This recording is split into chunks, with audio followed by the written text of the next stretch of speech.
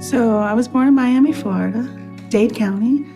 I was born 2 months early, and I ended up staying in the hospital for 2 months in an incubator to survive, which, of course, I survived.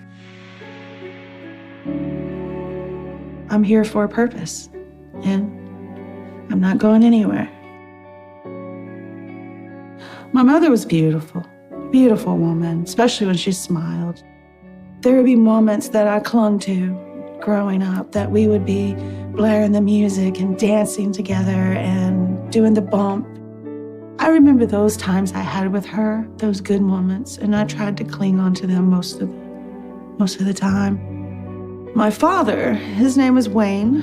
I have one memory of my dad, actually, that is actually a good memory. He took us to the fair, and he won me a teddy bear. And I was the happiest kid on earth because my dad won me a teddy bear.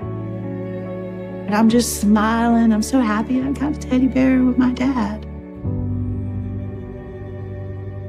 Of course, that was short-lived. He was the type of person that if he wasn't happy, nobody was going to be happy. And if you were happy, he was going to do everything he could to destroy you and take that grin off your face, to take that joy away from you.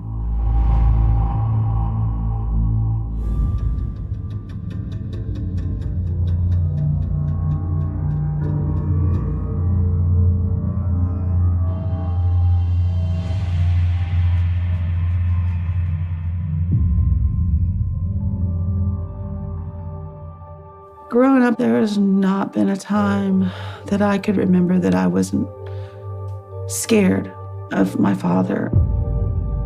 When I was young, I was a little girl still, and I came home one day, and he was sitting on the chair. He had his knife, and he was working the belt. And I'm like, "What are you doing?" He goes, "This is to beat your butt with. This is to make you and your mother listen better." They called it cat o' nine tails because it's like a tail, and it has a bunch of tails at the end of it. So when you got hit, the tassels would flail, and then you would get hit with that knot. I didn't know what to think at the time, other than, that's gonna hurt. Whenever I got spanked by my father, I would be kept out of school until the bruises went away. So I missed a lot of school.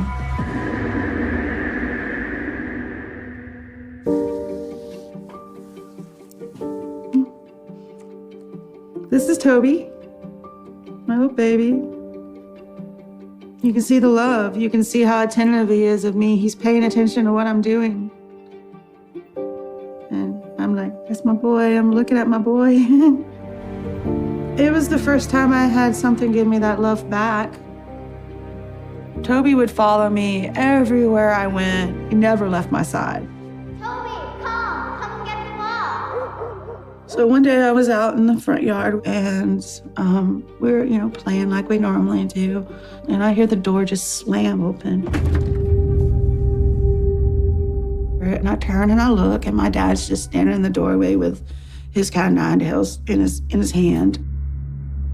And he's just, you can see in his face that he's angry. And I'm like, oh gosh, what happened? And he came after me. And he grabbed me by my arm.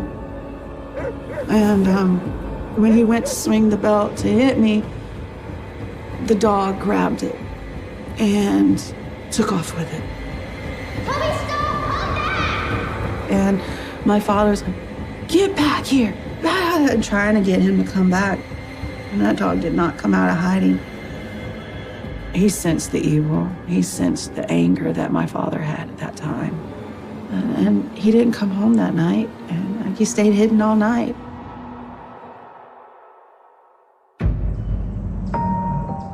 The next morning I woke up, I get up, I'm calling him, and he's not there. And I'm like, where's my baby? Where's my baby?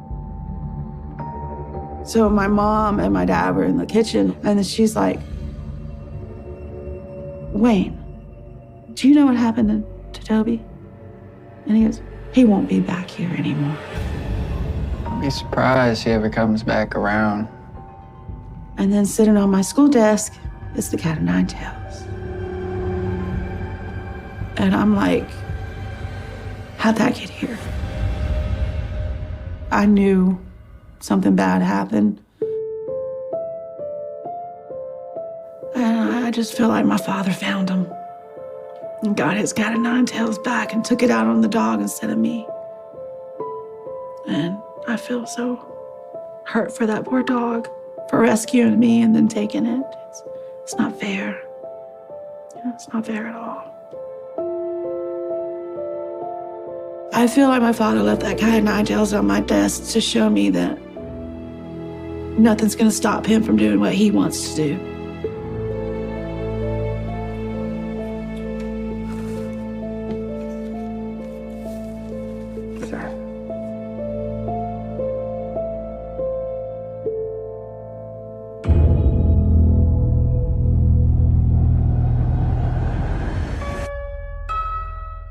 My parents, when I was growing up, they were always at each other, constant at each other. Anytime they were together, it was something they were arguing about. One day we were home, and they started arguing, and it got pretty bad. He was shoving her around and getting violent. She grabbed me, and we ran into the bathroom. She was afraid if she ran away, that I would be the next target, so she took me too. Get out here! When we're in there, he's pulling that doorknob, pounding on the door. Sam, open this door, Don't make me break this door down. Open the door! And he's just going off, and you could feel the frame, vibrating. Open this door! We were looking at each other, and she's like, he's gonna knock the door down. He's gonna get in here. So that's when she decided to go out the window. So I see him coming, and you can see the anger and the hate. And you know what's coming. He just comes running out the front of the house after us, towards the car. Hey! And just so happened, he had an axe, and he's screaming, get out of my effing car. That's my car, and where do you think you're going? Hurry! I'm petrified of what he's gonna do with that axe. He was on a mission. Seeing him with that axe was really scary because I thought we were dead.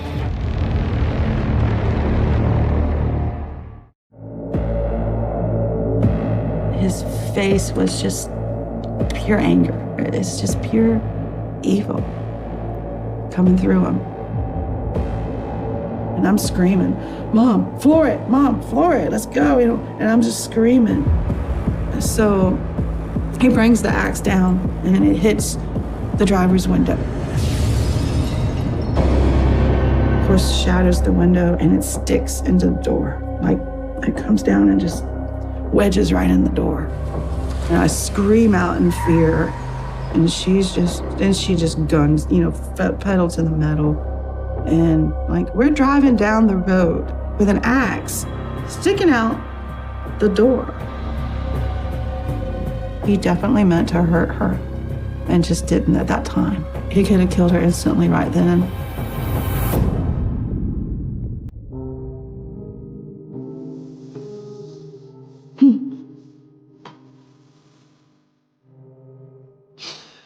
This is my father working on his car, his muscle car. And I think I'm bringing him a glass of iced tea or something. My mom took the picture. He loved that car. You can see the space in between me and him in here. I didn't want to touch him. You can see that I'm just barely getting close enough just to put his drink down. Just walking up to him, I can feel the fear. Just reminded me of how I felt when I was around him.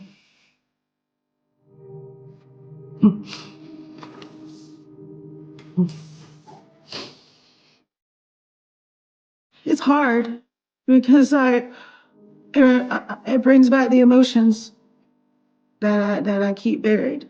It brings back that pain and that fear. I was really scared of him.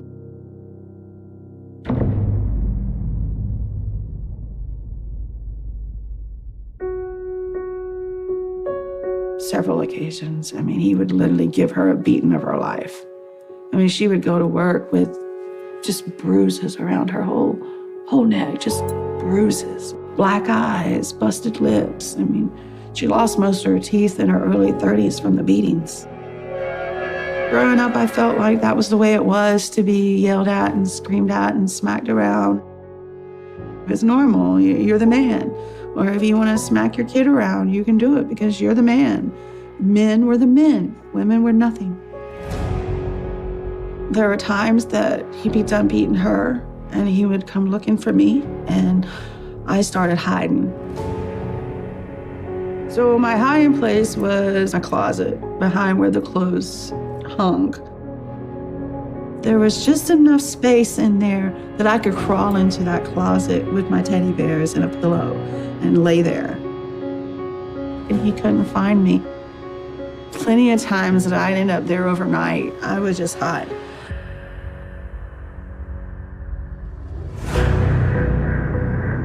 This one day, he was looking for me, couldn't find me.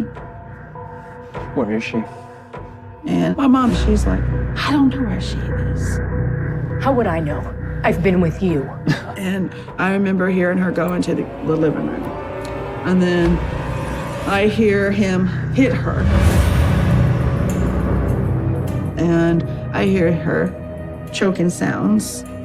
Shut up! And he's beating her, and I'm not gonna come out because I'm scared. It went on, it seemed like forever. It seemed like that he was choking her, then he would let her catch her breath again, and then he would start choking her again. When he would release her, she would be like, please, Wayne, please stop, please stop. You're gonna kill me, please stop. And he'd be like, well, if you die, it's your own damn fault because you won't listen. You could hear it all. And then it stopped, and I didn't hear anything. I thought at that time he had done it. I thought at that time she was gonna be laying on the floor dead.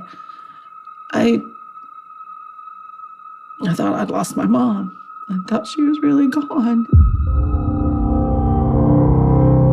I was so scared, and it seemed like forever for him to leave, to go out of the house. When I heard his car crank up, I come out real quick to go find my mom. And she was actually laying on the floor still, just so beaten and battered. And then I just sat next to her, holding her hand, crying because I couldn't do anything for her. I couldn't help her. She wasn't awake. She was still, I thought at the time she was sleeping on the floor. Mom, wake up! She was passed out from the beating. No child should have to go through that fear of losing a loved one because of another loved one.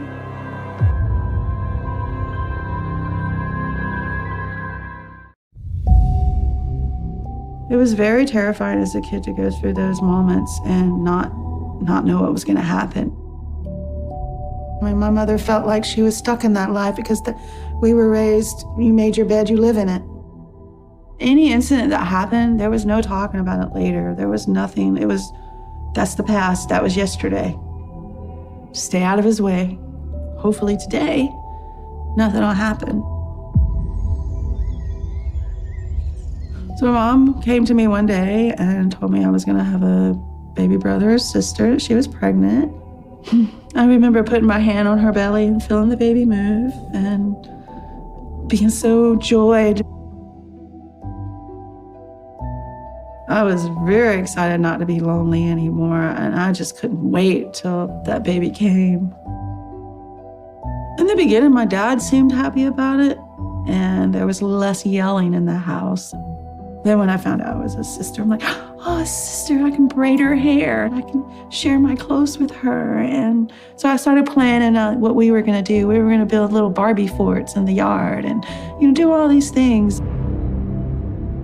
I feel like when he realized she wasn't having a boy is when he stopped being nice and didn't care anymore. And that's when it just got more physical. It just went away. All the peace went away. And it was like, it wasn't real.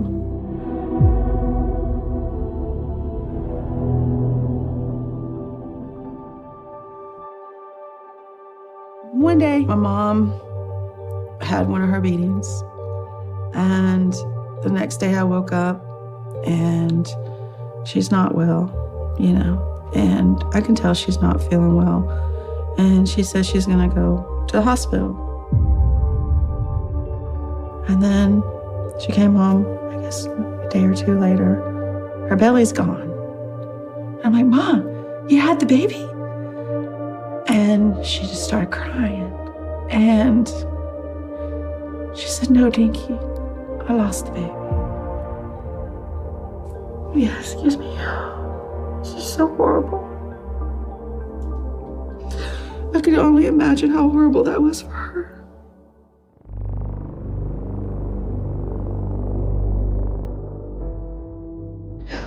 Oh my gosh. Now that I'm a mom, I can relate how awful it had to been for her. How can you go through that kind of pain and not get out of it? And then we find out that it's not the first time it happened. She had had miscarriages several times during the marriage. This is just the furthest pregnancy one. She almost lost me because of a beating. But she stayed. She stayed. She forgave him. How can you forgive somebody for causing you to lose your child? And that caused me to be more bitter to her, actually, because, okay, so he abuses me. You take it. Now it causes you to lose my sister, and you stayed. Why don't you leave? Sorry.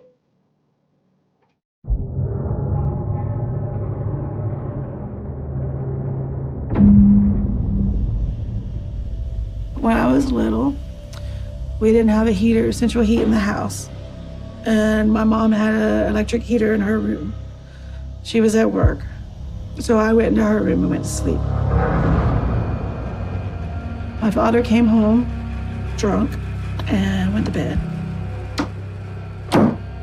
At first, I didn't know what was happening. And I'm like, trying to shove him a little bit, like, hey. He just takes his hand and puts his hand over my mouth. And at that time I knew, shut up. And he touched me in ways that a father shouldn't touch their daughter, And afterwards he goes, go get a shower and go to your room.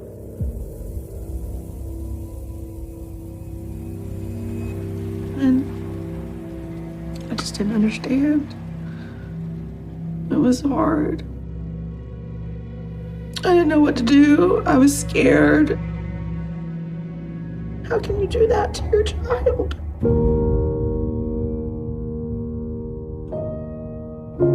It happened a couple times, but that was the first time. And after I got a shower and I came out of the shower, he was standing in the hallway. And he goes, I actually just remember this day. He goes, remember what happened to Toby? Don't you tell nobody. I was so scared. It was just horrible. I'm his daughter. But that made me realize how bad he really was. How far he was willing to go to hurt us and for his own selfish needs.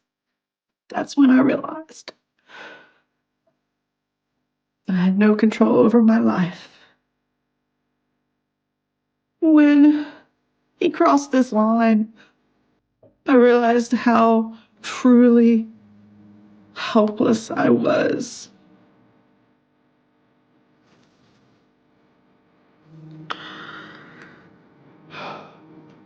I never really got help for that.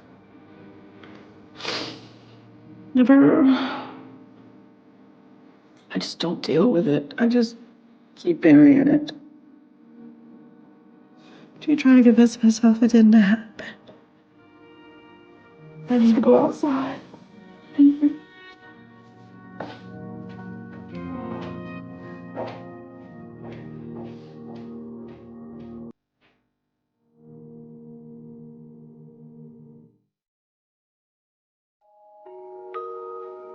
So, around the time I was 7, my mom got pregnant again, but she waited a few months to tell anybody that she was pregnant. Shortly after I found out she was pregnant, that she was going to have a boy. And then I was so excited that she was going to have another baby, but then I was scared and worried too. I was worried that something would happen to that baby like the other one. But he didn't beat her because she was having a boy. He was overjoyed with the fact he was going to have a son. That's the thing he wanted most in life, was a boy. It was his pride and joy. And when they brought him home and they walk in the door together actually at the same time and they wasn't arguing, he's actually carrying my brother because he was a proud daddy for my brother.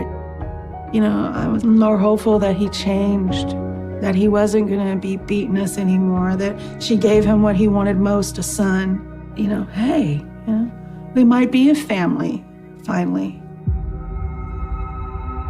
But there was constant tension. There's constant, what's going to happen, you know, constant fear. It never subsided at all. It just seemed to grow.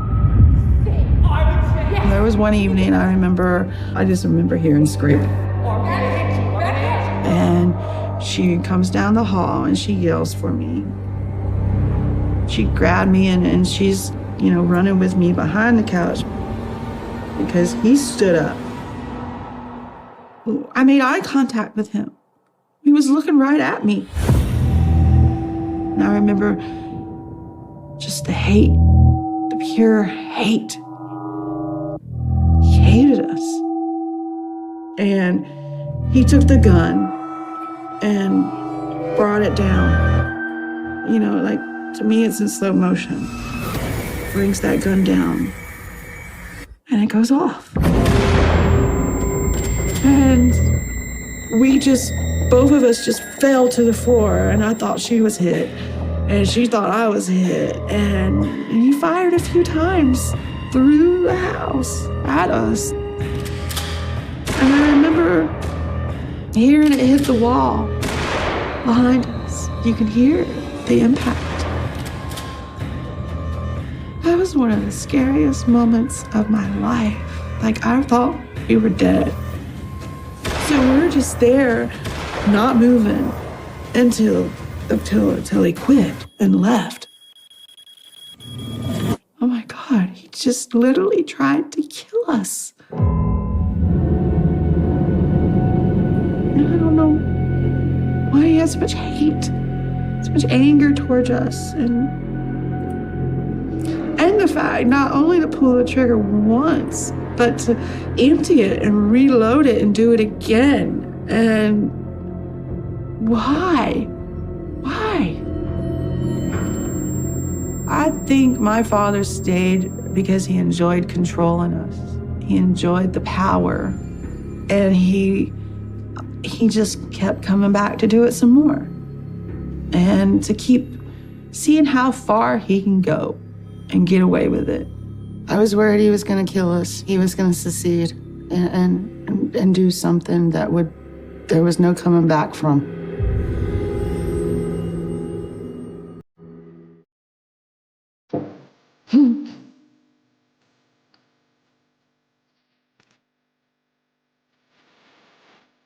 This is definitely around the time he tried to kill me.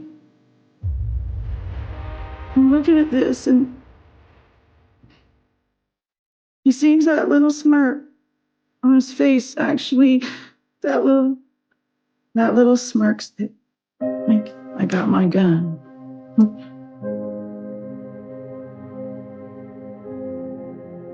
Where's your heart? Where's your compassion? Do you even have it? Did you even love us? He'd leave and come back. Why come back if you hated us? If you wanted us to die, why come back? But I know what it was. He enjoyed the power he had over us. He enjoyed the control. That was him, controlling everything, destroying everything.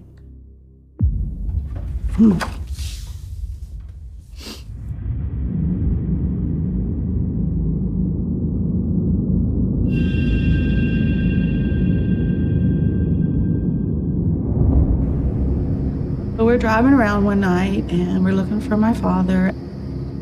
We finally went to the bar and his car was there.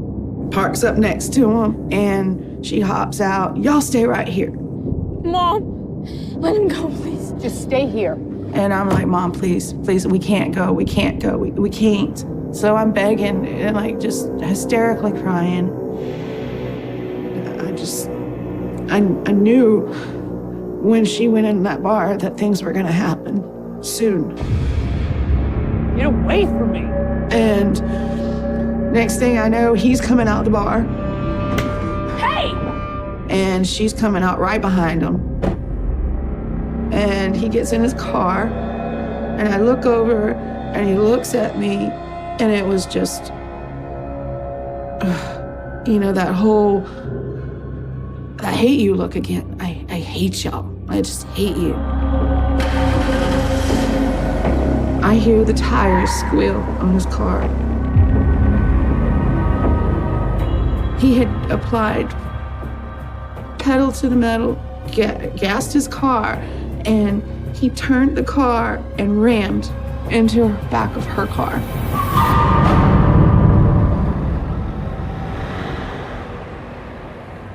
At the same time, she was running across the front of the car, and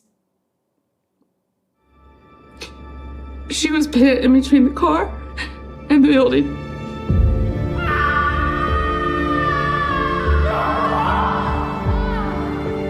And then I heard that scream that I kept hearing in my dream, that scream of pain that she was in. It's just horrible, horrible. Dad! Dad! And he did not let off that gas. Dad, stop! You could smell the rubber burning. You could see the pain. You could see it, the pain and agony she was in. The scream. You're thinking, is this the last time I'm going to see her? This is how I'm going to remember her the rest of my life.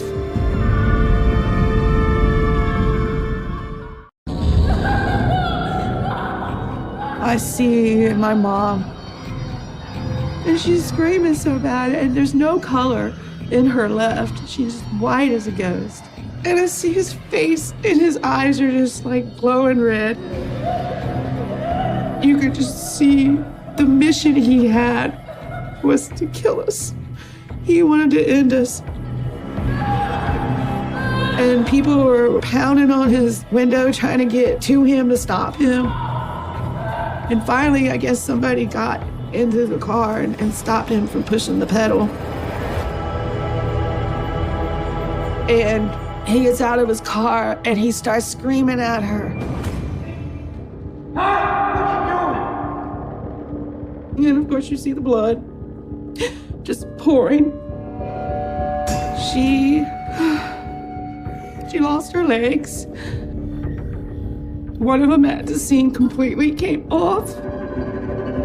And he touched it and said, "You made me do this."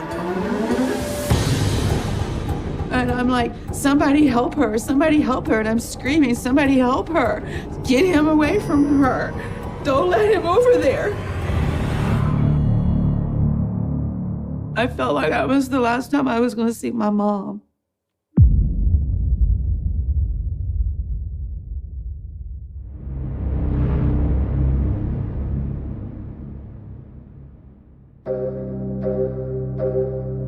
The next day, I found out that she was still alive. I'd say it was a few weeks before I was able to actually see her. She was asleep when I came around the corner and walked up to her bed. And I just touched her hand, just touched it. As soon as I touched her hand, she opened her eyes and looked at me. And we both just started crying, tears just started flowing. And she just started telling how sorry she was and that she should have believed me. And I'm like, Mom, it's okay. It's okay. You're not dead. It's okay. Because I'm still joyed that she's still alive. And whatever this is and whatever's happened, we'll get through it. She's still here, though. We can still talk and I can still tell her I love her. My mom was in the hospital for almost a couple years. She went through over 40 surgeries. The second leg, they tried to save it. Eventually, the gangrene got so high, they decided to just amputate the leg completely.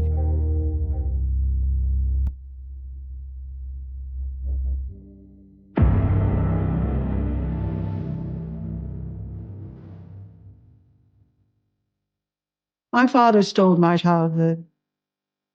But at least I knew he was locked up and he wasn't going to get out and get to me anymore. I felt safe again. I didn't feel that evil was knocking on my door anymore. I could be a kid again. And I was going to graduate. And at the time, there was nobody in the family that had graduated high school. And I was going to be the one to go to college.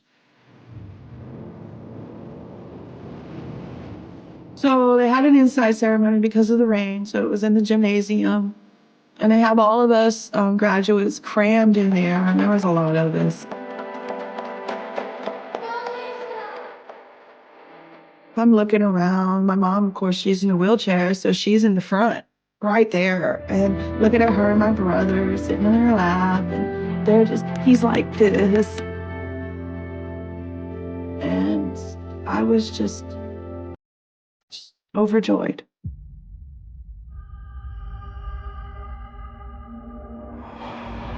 And just something caught my attention and pulled me to the crowd of people. And right there, in the middle of the crowd,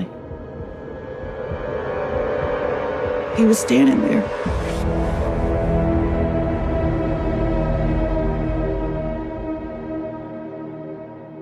I literally started crying right there.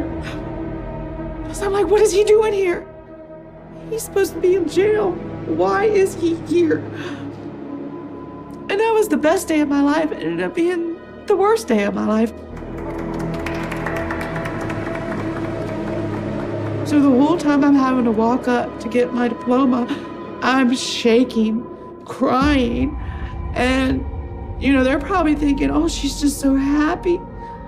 But I was scared. I was so scared. He's looking at me, but he's not smiling. He's not proud of me. He's just staring at me with this blank expression. All that fear came back right then.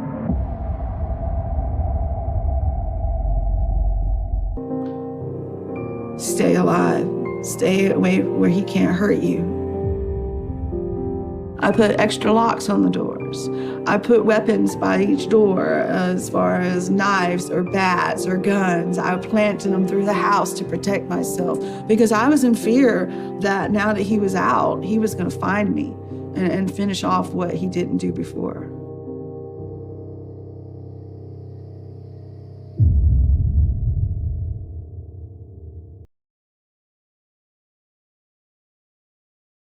He had a heart attack in his sleep. What a peaceful way to go, right?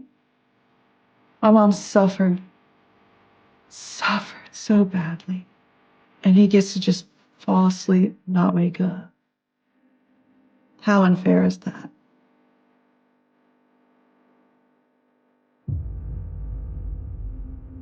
I was glad he was gone.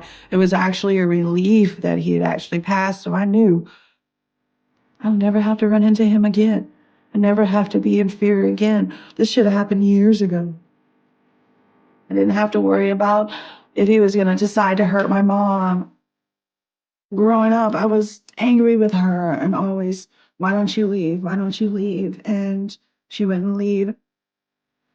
I blamed her because I feel like she made the choice. She could have left. She could have left. She could have done it. She could have got away. She didn't have to end up like she ended up. Instead of the truth of what happened was it's his fault, I blamed her. My mother and I relationship was just, it was damaged. It was damaged because, everything he had done broke us. So you had two broken people trying to fix things together. My mom, I feel that she did the best she could with the knowledge she had. The choices she made was the best that she thought. I love my mom. I wish she was still here. She died a slow death. She ended up with cirrhosis of the liver from what happened to her. It was over 25 years in that wheelchair. And I see a strength in her that you can't imagine the strength that she had. And I know that's where I got it from. I know that she gave me those good parts of her. She taught me how to be a fighter. I believe that the evil is a test of us, and it's a way to destroy us. And we can either let it, or we can fight back. Bring that light in our lives, and don't let the darkness take over.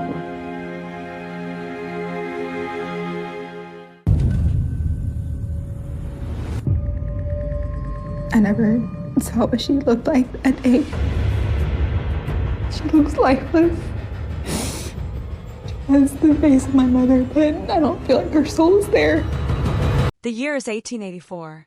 The American frontier is closing, and the sprawling expanse of Texas is undergoing a profound and rapid transformation. At the heart of this metamorphosis lies Austin, a city fiercely determined to shed its dusty, rugged origins and step into the gleaming promise of the modern age. It is a municipality of roughly 23,000 souls, a bustling nucleus of commerce, politics, and ambition. The streets hum with the relentless energy of progress, the clatter of horse-drawn carriages giving way to the steady march of industrial advancement. Yet, beneath this veneer of rapid civilization, a primal darkness waits, preparing to unleash a reign of terror that will permanently scar the history of the nation. To understand the horror that descended upon Austin, one must first understand the city's relationship with the night. In a bold declaration of its modernity, the city embarked on an ambitious project to conquer the darkness itself. They erected colossal structures known as moonlight towers. These towering spires of iron and steel stretched high above the rooftops, crowned with blazing carbon arc lamps designed to bathe the streets in an eternal, artificial luminescence. The intention was clear: to banish the shadows, to deter criminality, and to provide a comforting blanket of continuous twilight over the sleeping populace. The city fathers believed that by illuminating the physical space, they could somehow purify the moral space.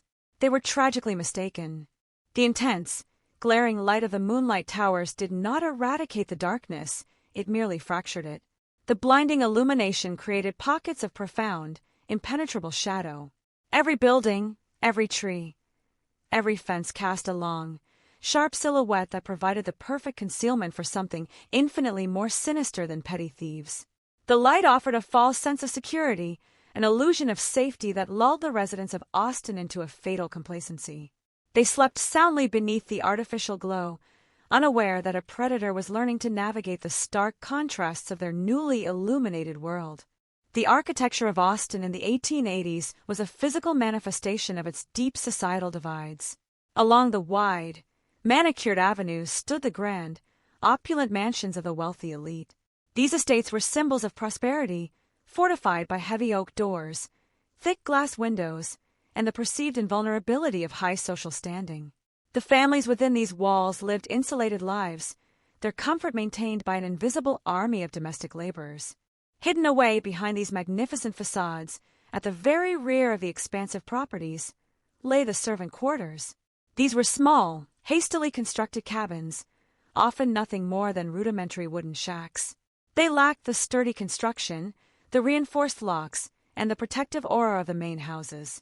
In these cramped, fragile spaces lived the domestic staff, predominantly African American women working as maids, cooks, and laundresses. They were the unseen engine of Austin's prosperity, toiling from dawn until dusk to maintain the pristine lives of their employers, only to retreat to these vulnerable outbuildings when the sun went down. It was here, in these quiet, isolated structures tucked away in the backyards of the rich, that the nightmare began. The physical geography of the servant quarters made them the perfect hunting ground. They were physically detached from the main thoroughfares, hidden from the direct glare of the moonlight towers by the towering silhouettes of the mansions they served. They existed in a liminal space, part of the grand estates, yet entirely separate, profoundly marginalized, and utterly unprotected. The women who inhabited these quarters were doubly vulnerable. Society at large viewed them as secondary citizens, an indispensable but ultimately disposable workforce. Their safety was not a priority for the burgeoning police force, their lives undervalued in the broader civic calculus.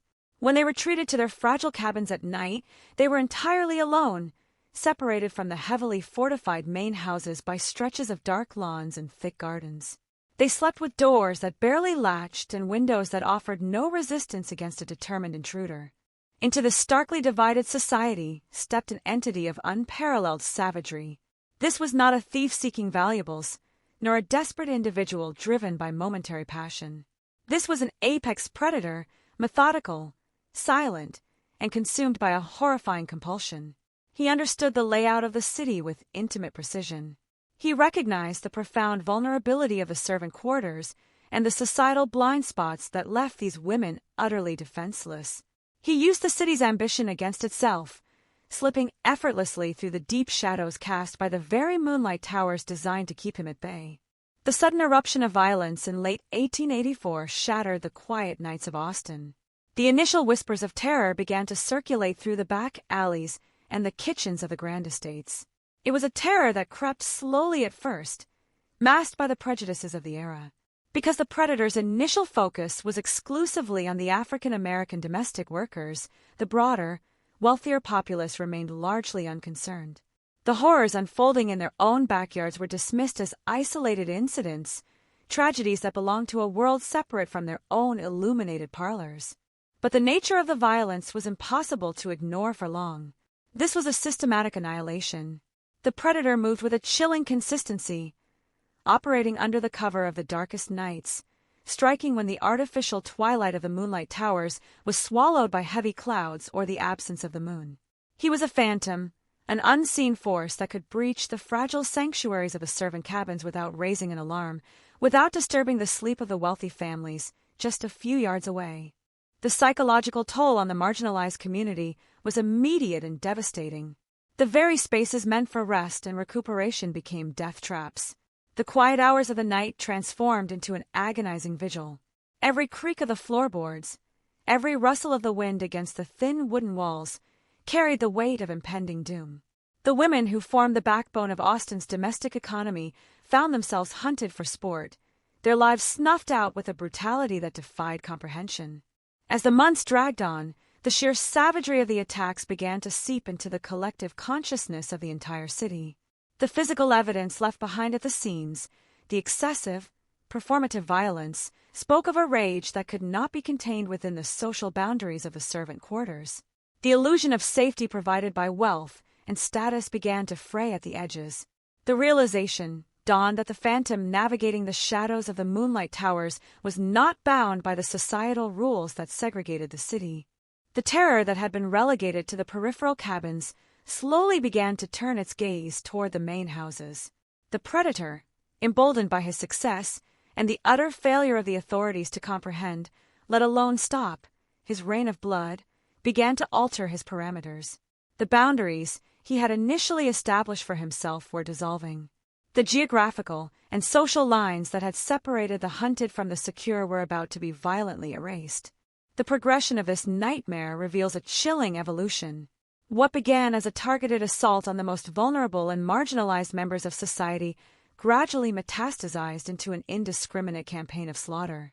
The realization that the darkness harbored an unstoppable force paralyzed the city of 23,000.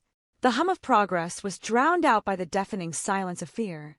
The moonlight towers, once symbols of triumphant modernity, became grim sentinels illuminating a city held hostage.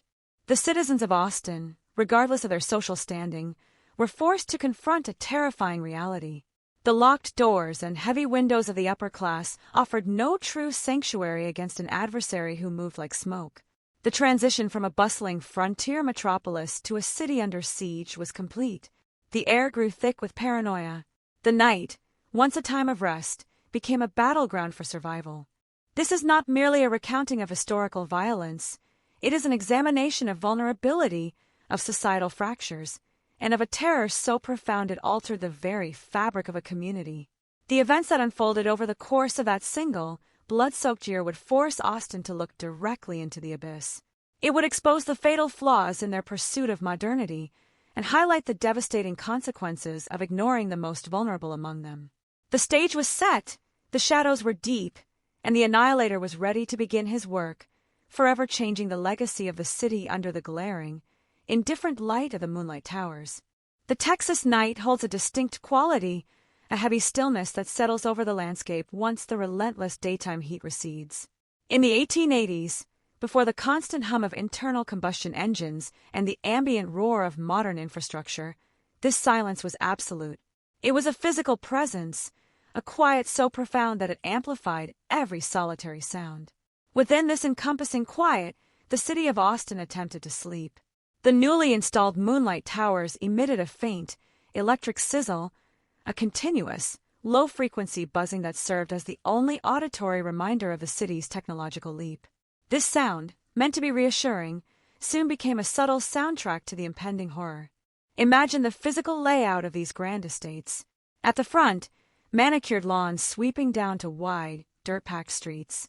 The main houses were monuments to Victorian and frontier architecture, imposing structures of brick and imported timber, featuring wide verandas and intricate detailing. They were designed to impress, to project authority and permanence. But as one moved past the grand facades, down the narrow gravel paths that skirted the sides of the main houses, the environment changed drastically. The meticulously planned gardens gave way to utilitarian spaces, laundry lines, wood-chopping blocks, and the refuse of daily life.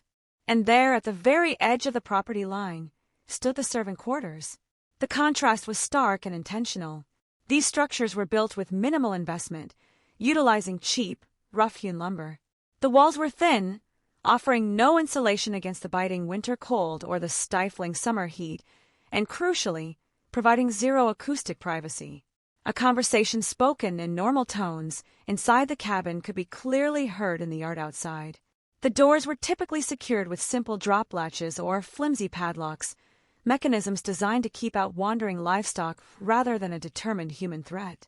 For the women living within, these quarters were their only sanctuary, yet they knew intimately how fragile that sanctuary was.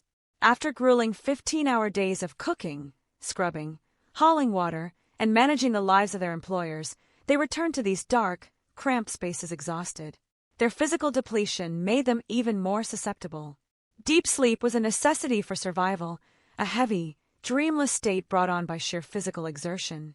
This profound exhaustion was a weapon the predator would exploit with chilling efficiency. The societal blindness of Austin's elite further compounded the danger. The prominent citizens, the businessmen, the politicians who resided in the grand houses operated under a deeply ingrained cognitive dissonance. They relied entirely on the labor of the women in the cabins, yet they remained willfully ignorant of the conditions in which these women lived. The servant quarters were out of sight and out of mind. The physical distance between the main house and the cabin, often no more than 30 or 40 yards, represented an unbridgeable social chasm. This chasm created the perfect environment for a serial predator. He recognized that the wealthy occupants of the main houses would not investigate a strange noise coming from the back of the property in the dead of night. A muffled cry, the thud of a struggle, the splintering of a cheap wooden door, these sounds would either be ignored, dismissed as a domestic dispute among the staff, or simply unheard through the thick walls of the mansions. The killer understood the sociology of Austin better than its own residents. He utilized the city's inherent prejudices as effectively as he utilized the shadows cast by the moonlight towers. The psychological landscape of the city was about to undergo a brutal restructuring. The initial phase of the terror, confined to the shadows and the marginalized, was a slow-burning fuse. The predator was refining his methods, testing the boundaries of the police force, and mapping the intricate pathways connecting the city's backyards. He moved with a ghostly precision, leaving no trace of his approach or his retreat, only the devastating aftermath of his violence. The 23,000 residents were completely unaware that they were sharing their streets with a monster. They walked beneath the glaring lights, conducting their business, oblivious to the fact that the darkness they believed they had conquered was staring back at them, analyzing their weaknesses, and preparing to strike. The era of innocence for the city was drawing to a rapid, violent close, making way for a year of unparalleled bloodshed that would echo through the corridors of true crime history forever. To comprehend the magnitude of the terror that gripped Austin in the winter of 1884 and throughout the following year, one must look beyond the sweeping historical narratives and focus intimately on the individuals whose lives were violently stolen. These were not mere statistics or nameless casualties of a bygone era. They were living, breathing human beings, integral threads in the social fabric of the city, whose only crime was existing in a state of vulnerability that a monster chose to exploit. The victims were women who spent their daylight hours laboring tirelessly to maintain the pristine households of the wealthy, only to be hunted in the very spaces meant for their rest. The sequence of these atrocities paints a devastating portrait of a predator who honed his methodology with each attack, leaving behind a trail of shattered lives and a community paralyzed by an incomprehensible grief. The nightmare materialized into devastating reality on the 30th of December, 1884. The deep winter chill had settled over Austin, driving the residents into the relative warmth of their homes and cabins. In one such small, fragile structure situated in the backyard of a prominent residence, Molly Smith, a black woman who earned her livelihood as a cook, lay sleeping. She was not alone. Beside her rested her boyfriend, Walter Spencer. The absolute quiet of the winter night was shattered by an intrusion, so sudden and violent that it offered no opportunity for defense. The attacker breached the rudimentary security of the cabin, bringing the freezing night air and a terrifying malice into the small room. The initial strike was directed at Walter Spencer, an attempt to neutralize the only perceived physical threat. A heavy axe descended, inflicting a grievous head wound that left Walter incapacitated, bleeding heavily, yet miraculously clinging to life. With the male figure eliminated from the equation, the predator turned his full, horrifying attention to Molly Smith. She was forcibly removed from the bed, dragged from the interior of the cabin out into the biting cold of the backyard. The sheer physical terror of that journey, pulled into the darkness by an unseen force, is a harrowing testament to her final moments. Once outside, the violence inflicted upon her was absolute. The killer utilized his axe once more, delivering a fatal, catastrophic blow to her head. But the assault did not end with her death. The attacker proceeded to stab her body repeatedly with a sharp implement, turning the snowy ground into a gruesome tableau of rage. Furthermore, she was subjected to a brutal sexual assault, an act of profound violation and degradation. And it was here, in the frozen yard beside the body of Molly Smith, that the killer left the first instance of his chilling signature. A sharp metal object was found driven deep into her ear canal. This bizarre, terrifying detail signaled to anyone paying attention that this was not a simple robbery gone wrong or a domestic dispute, but the work of a deeply disturbed psychology. The murder of Molly Smith sent ripples of unease through the servant quarters, but the wealthy elite largely remained detached, viewing it as an isolated tragedy. This dangerous complacency was shattered 5 months later. On the 6th of May, 1885, as the heavy heat of the Texas spring began to assert itself, the predator returned. His target was Eliza Shelley, another black woman working as a maid, residing in a similarly vulnerable backyard cabin.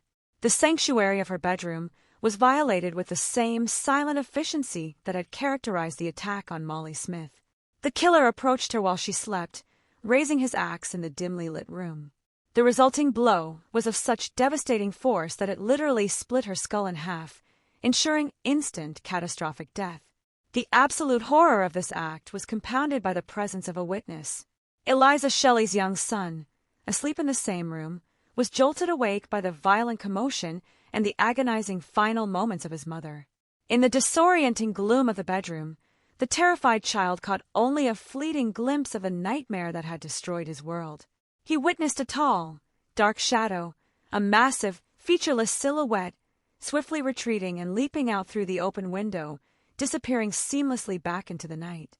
When the authorities arrived to process the blood-soaked scene, they discovered the return of the killer's macabre calling card. A large needle had been deliberately and forcefully pierced straight through Eliza's ear.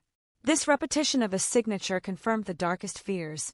A serial murderer was hunting the women of Austin, a phantom who could strike with overwhelming force and vanish without a trace, leaving a traumatized child behind as the only living witness to his savagery. The escalation of the killer's brutality became undeniably apparent just weeks later. The phantom did not wait months to strike again. The intervals between the atrocities were shrinking, indicating a growing compulsion and a terrifying loss of control. On the 29th of May, 1885, Irene Cross became the third victim in this escalating sequence of horror. Like the others, she was attacked within the supposed safety of her own home. The violence inflicted upon Irene Cross demonstrated a sickening progression in the killer's methodology. The heavy axe was wielded with a ferocity that went beyond the mere intent to kill. It was an act of complete physical destruction. The blows rained down upon her with such savage power that her head was nearly severed completely from her body. The sheer physical strength required to inflict such massive trauma speaks to an attacker operating in a state of frenzied, unhinged rage. However, the frenzy was followed by a chilling, methodical post-mortem violation. The killer took the time to completely strip Irene of her clothing. Following this degradation, he produced a knife, transitioning from the blunt force of the axe to the sharp, intimate violence of a blade. He proceeded to mutilate her lifeless body, inflicting terrible, calculated wounds that served no purpose other than the perverse gratification of the attacker. The scene left behind was one of unimaginable carnage, a stark message to the city that the monster within their borders was evolving, becoming more brazen, more deliberate, and entirely merciless in his pursuit of absolute destruction. As the oppressive heat of the Texas summer peaked, the killer committed an act so profoundly evil that it shattered any remaining illusions that certain boundaries would not be crossed. The victims thus far had been adult women, laborers who formed the backbone of the domestic economy. But on the 30th of August, 1885, the predator targeted innocence itself. Mary Ramey was merely 11 years old. She was a child, resting quietly in her bed, sleeping right next to her mother. The level of stealth, the audacity required to enter a small room, bypass an adult, and silently abduct a child from the very same bed is a terrifying testament to the killer's physical prowess and total lack of fear. Without waking her mother, the massive silhouette plucked the young girl from her sleep and carried her out into the humid night air. He bore her away to an empty, desolate lot situated just behind the house, an expanse of weeds and shadow hidden from the distant glare of the moonlight towers. In that isolated darkness, the 11-year-old child was subjected to horrors that defy rational comprehension. She was violently raped, a brutal assault on a fragile, developing body. The culmination of this atrocity was an act of violence so specific and horrific that it stands as the most gruesome iteration of a signature. The killer utilized a sharp, heavy iron rod, driving it with tremendous force directly through the young girl's ear and deep into her brain, ending her short life on the spot. The murder of Mary Ramey represented a horrifying plunge into the darkest depths of depravity, proving that neither age nor the proximity of a protective parent could deter the phantom stalking Austin. A month later, the killer demonstrated his tactical adaptability and his willingness to confront multiple targets simultaneously. On the 20th of September, 1885, the predator targeted another small, isolated cabin. Inside slept Gracie Vance and her boyfriend, Orange Washington. The killer understood from his first attack on Molly Smith and Walter Spencer that a male presence posed a significant physical obstacle. This time, his approach was ruthlessly efficient. Upon entering the dark cabin, he did not hesitate. He immediately targeted Orange Washington, swinging his axe with lethal precision. The heavy blade smashed directly into Orange's head, crushing his skull and killing the man instantly in his sleep. With the threat entirely eliminated in a single motion, the killer turned his attention to Gracie Vance. Echoing the tragic fate of Molly Smith, Gracie was forcibly dragged from the cabin, pulled away from the lifeless body of her partner, and taken out into the garden area. In the dirt and the shadows, she was subjected to a savage sexual assault. But the killer altered his weaponry for the final, fatal blow. Whether his axe was damaged, dropped, or he simply chose a different implement of destruction, he located a heavy rock nearby. He used this crude, blunt instrument to bludgeon Gracie Vance, smashing her skull with repeated strikes until she was dead. This double murder reinforced the terrifying reality that the killer was entirely undeterred by the presence of men and capable of improvising his violence. The bodies of Gracie and Orange, lying broken in the Texas dirt, marked the grim culmination of the killer's reign of terror against the black community of Austin, setting the stage for a dramatic and horrifying shift in his targeting that would finally bring the city's wealthy elite to their knees. The psychological impact of these 5 distinct events on the marginalized communities of Austin cannot be overstated. These were people who were already disenfranchised, living on the periphery of a society that demanded their labor but offered them no protection in return. The women in the servant quarters realized with absolute, terrifying clarity that the flimsy wooden walls of their cabins provided no barrier against the monster roaming the night. They were sitting targets, trapped by economic necessity in structures that had become hunting blinds for a serial predator. The utter failure of the municipal authorities to prevent these recurring nightmares only deepened the sense of abandonment and despair. Every shadow cast by the towering, indifferent moonlight towers became a source of profound anxiety. The sound of a snapping twig or a creaking floorboard was enough to incite panic, as every resident understood that the tall, dark silhouette witnessed by Eliza Shelley's young son could be standing just outside their door. The killer had systematically terrorized an entire demographic, operating with a chilling impunity that suggested he viewed his victims not as human beings, but as objects for his horrific gratification. The destruction of Molly, Eliza, Irene, young Mary, Gracie, and Orange was a meticulously executed campaign of annihilation that exposed the deep, fatal vulnerabilities of a city divided by race and class. Yet, as the year drew towards its close and the winter winds began to return to Texas, the citizens living safely behind the heavy oak doors of the grand mansions remained largely convinced that this nightmare belonged to a different world, a world separated from them by manicured lawns and social standing. It was a tragic, catastrophic miscalculation, for the predator in the shadows was about to demonstrate that his thirst for violence recognized no boundaries whatsoever. The aftermath of the Christmas Eve massacre descended upon Austin like a suffocating shroud, transforming the city from a place of festive anticipation into an arena of profound, collective paranoia. The murder of Susan Hancock and the horrific, performative slaying of Eula Phillips served as the definitive proof that no resident was beyond the reach of the annihilator. For the municipal authorities and the bewildered police department, the events of December 24th initiated a period of intense, chaotic, and ultimately futile investigation. The city leadership, under immense pressure from a terrified and irate populace, demanded immediate results, leading to a climate of frantic activity that often prioritized optics over rigorous forensic methodology. In the absence of modern investigative techniques such as fingerprint analysis or DNA profiling, the detectives of 1885 were forced to rely on traditional, albeit deeply flawed, methods. Eyewitness testimonies, house-to-house searches, the monitoring of known vagrants, and the interrogation of individuals whose demeanor or background aroused suspicion. The investigative process was fundamentally hampered from its inception by the deep-seated societal prejudices of the era. In the weeks following the Christmas killings, the police dragnet began with a heavy emphasis on the same patterns that had dominated the earlier investigations. Because the killer had previously demonstrated a specific interest in the domestic staff of wealthy households, the authorities initially focused their efforts on the servant quarters, the very spaces that had been the primary hunting grounds for the predator. Hundreds of individuals, predominantly black men who were employed as laborers or servants, were rounded up, detained, and subjected to grueling interrogations. These men were held in overcrowded jail cells, their lives and livelihoods suspended while they were pressed for information they did not possess. The police operated under the assumption that the killer had to be someone within the immediate orbit of the victims, a logic that blinded them to the possibility that the perpetrator might be a mobile, undetected stranger moving through the city's shadows. The sheer number of detainees ballooned as the public, fueled by fear and prejudice, began to report any suspicious behavior, leading to a cascade of wrongful accusations and tenuous leads that ultimately led nowhere.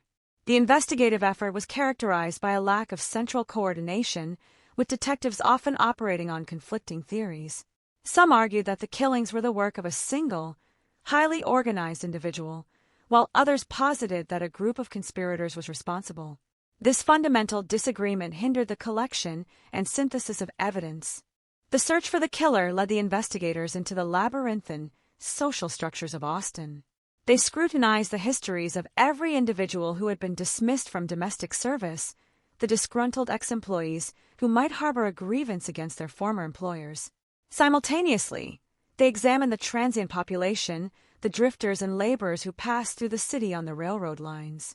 Every unfamiliar face was subjected to intense scrutiny, and the taverns, boarding houses, and rail yards were scoured for any sign of a person who matched the vague description of the tall, dark silhouette. Despite this relentless activity, the investigation produced nothing more than a mounting pile of conflicting circumstantial evidence. No physical weapon was ever recovered, no set of footprints was successfully traced to a permanent residence, and no credible witness could provide more than a nebulous description of the phantom. The failure of the police to provide any sense of closure or direction fueled a dangerous climate of vigilante justice. Armed citizen patrols, organized by neighborhood committees, began to roam the streets at night, ostensibly to protect their own, but often resulting in harassment and extrajudicial intimidation. The city was a powder keg, and the inability of the authorities to curb the violence only served to amplify the sense of lawlessness. As the months of 1886 progressed, the investigation turned its attention to a figure who would eventually become the most notorious suspect in the history of the case, the individual known as Malay Maurice. Maurice was a foreign national, a man of Malaysian origin who had been employed as a kitchen hand in one of Austin's prominent restaurants. His presence in the city during the exact interval of the murders, his arrival and his subsequent departure, provided a compelling, if circumstantial, timeline that investigators could not ignore. Maurice was not a well-known member of the community. He was an outsider, a man whose background was shrouded in mystery. Reports surfaced suggesting that he had demonstrated erratic behavior and an unsettling fascination with the violence that was consuming the city.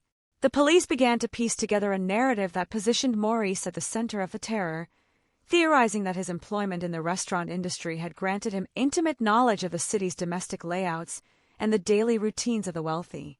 The investigation into Maurice became the primary focus, and when it was discovered that he had boarded a ship bound for London shortly after the Christmas Eve killings, the authorities felt they had finally identified their quarry. The theory regarding Malay Maurice took on a life of its own, reaching far beyond the borders of Texas, and eventually linking the Austin tragedy to the international annals of true crime. As news of the Whitechapel murders began to emerge from London in 1888, the terrifying series of atrocities attributed to Jack the Ripper, the similarities in the modus operandi were impossible for contemporary analysts and later historians to overlook. The extreme violence, the mutilation of female bodies, the specific focus on vulnerable women, and the overall clinical, predatory nature of the crimes prompted a widespread hypothesis. Had the annihilator of Austin simply relocated to the fog-shrouded streets of London? The psychological profile of a killer who could commit such heinous acts and then vanish into another continent, only to repeat the pattern under a different name, fit the burgeoning, albeit primitive, understanding of serial predation. While there was never any concrete physical evidence to tie Maurice to the London crimes, or even definitively to the Austin murders, the conjecture served to solidify the mysterious, phantom-like nature of the killer. It allowed the citizens of Austin to believe that their nightmare had been exported rather than remaining unpunished within their own city.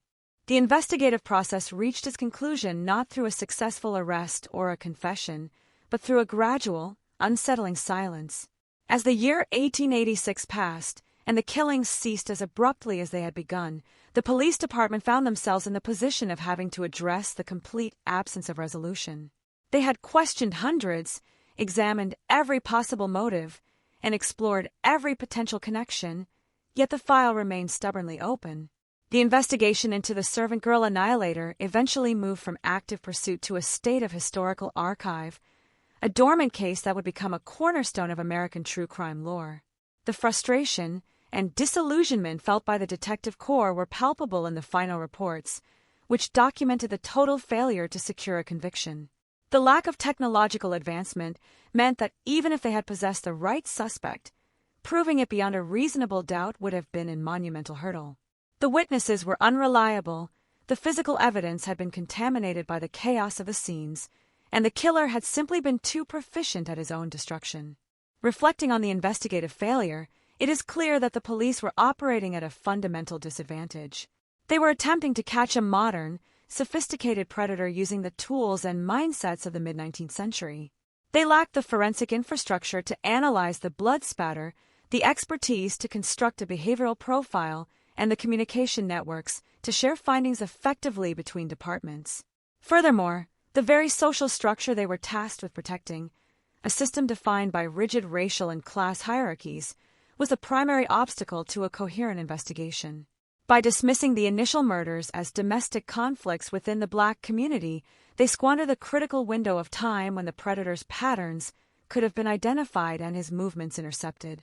When they finally realized the scope of the threat, the killer had already perfected his craft and internalized the vulnerabilities of the city. The investigation of the servant girl annihilator remains a stark lesson in the consequences of institutional bias, the limitations of early forensic science, and the chilling reality that some monsters are simply too efficient to be caught by the systems intended to restrain them. The phantom did not leave behind a name, a set of fingerprints, or a confession.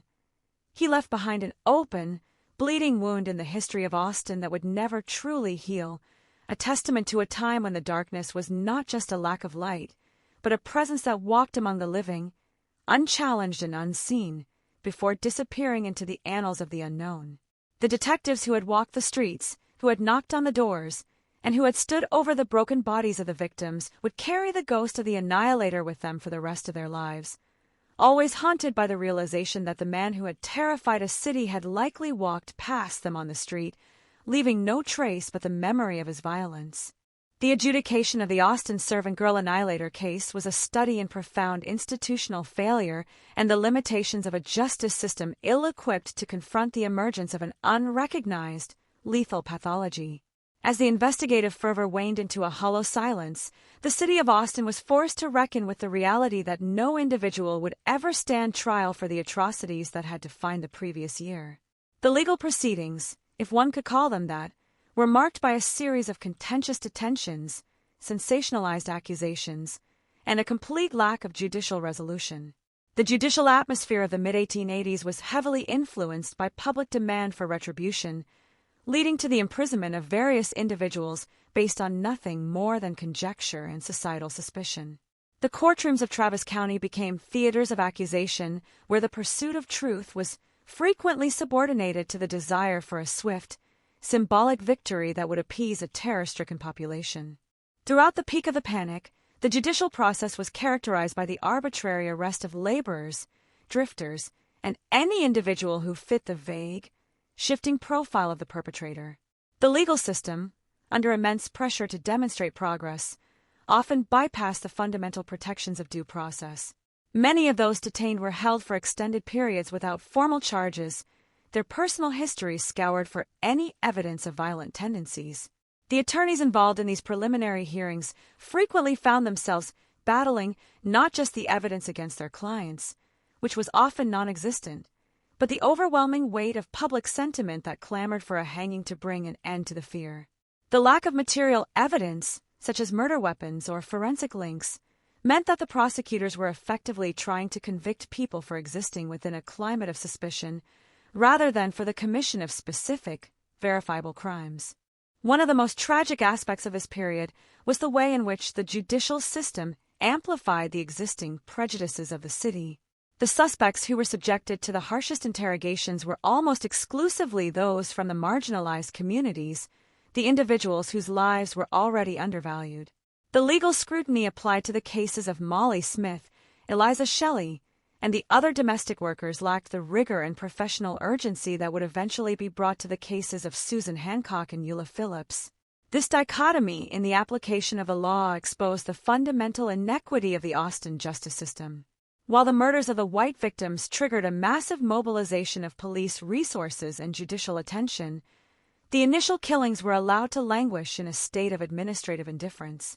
When the cases finally began to converge into a single narrative, the prosecution struggled to maintain a consistent theory that could account for the full range of victims across both racial and economic divides.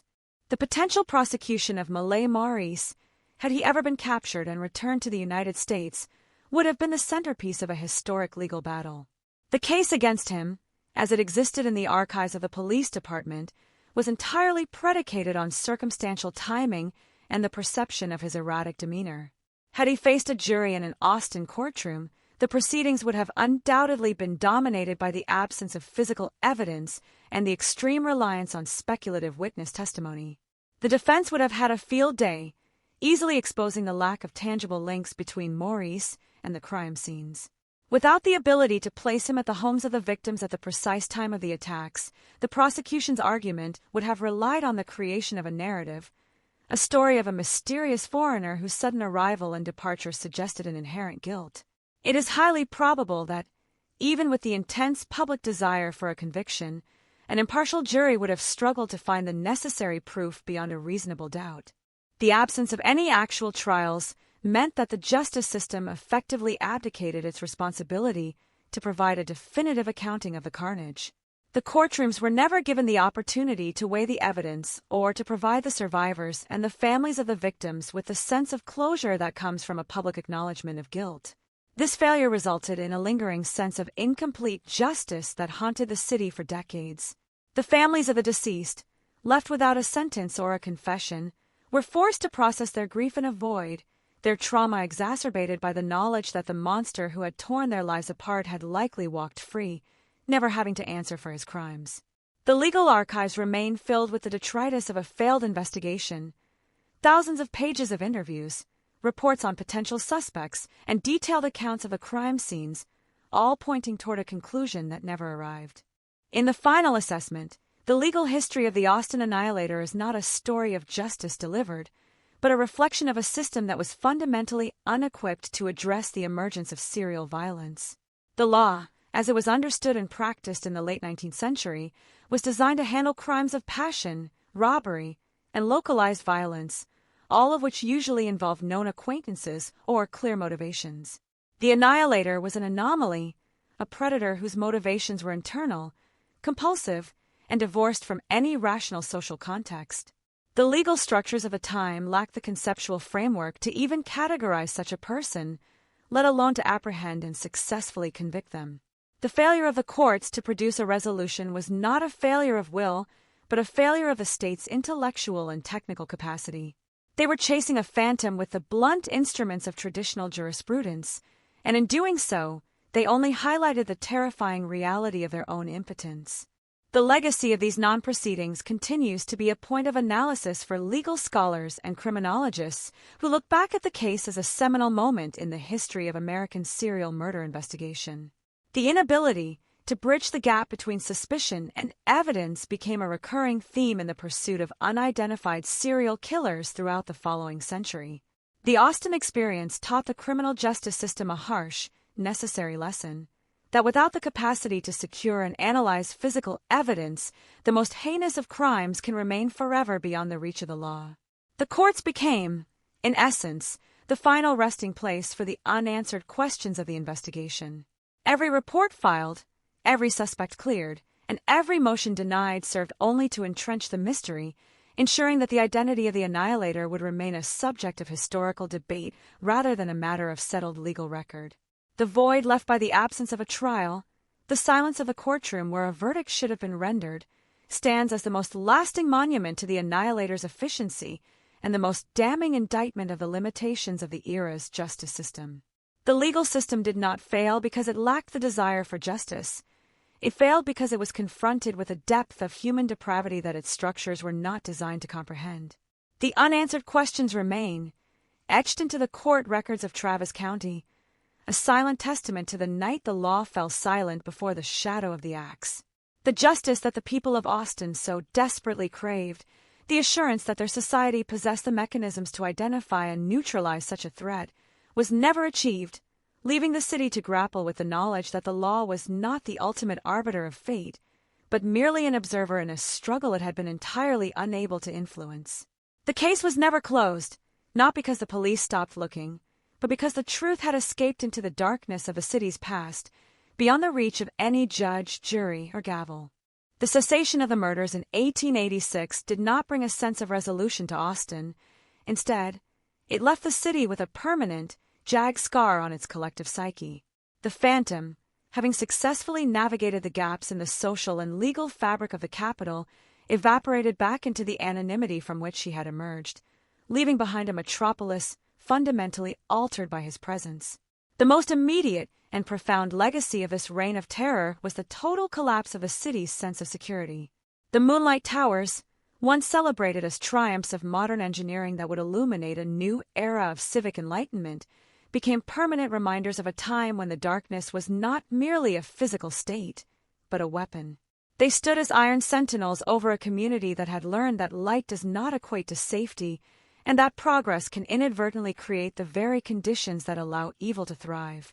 For generations, the residents of Austin lived with the cautionary memory that behind every bright facade, every manicured lawn, and every technological advance, there exists an inherent vulnerability that must be guarded against. The societal reflection sparked by the murders was one of painful self-examination. The city was forced to confront the harsh reality of its own internal divisions and the devastating consequences of its marginalization of the servant class. The fact that the initial victims were predominantly black women who were systematically ignored by the broader civic consciousness revealed a moral failure that was as alarming as the violence itself. The transition of the killer's focus toward the wealthy, white elite was not merely a tactical shift. It was a societal reckoning that shattered the illusion of hierarchical protection. Austin had to reconcile with the realization that the system it had built, one that prioritized the stability and status of the affluent while neglecting the basic safety of the marginalized, had ultimately failed everyone. The tragedy exposed the rot beneath the polished floorboards of the frontier city, forcing a slow, difficult, and incomplete process of acknowledging the humanity and dignity of those who were previously considered disposable. In the realm of criminal justice, the case of a servant girl annihilator became a seminal historical text, a foundational nightmare that informed the evolution of American investigative philosophy. The failure of the Austin authorities to secure a resolution served as a grim pedagogical tool for future generations of detectives. It underscored the critical necessity for standardized forensic evidence collection, the dangers of institutional bias, and the imperative of developing effective behavioral profiling techniques. The case proved that a serial offender operating across social boundaries requires a level of intelligence, cross-jurisdictional cooperation, and technological capability that simply did not exist in the 19th century. Every cold case unit, every serial offender task force, and every modern forensic laboratory traces its ideological lineage back to the vacuum of knowledge left by the Austin Annihilator. The case became a benchmark of what happens when a society is confronted with a phenomenon it lacks the language to describe and the mechanisms to combat. Culturally, the Annihilator transitioned from a terrifying reality into a deeply embedded fixture of Texas folklore. The story was passed down through oral traditions, local histories, and the dark imaginations of subsequent generations, evolving with each retelling.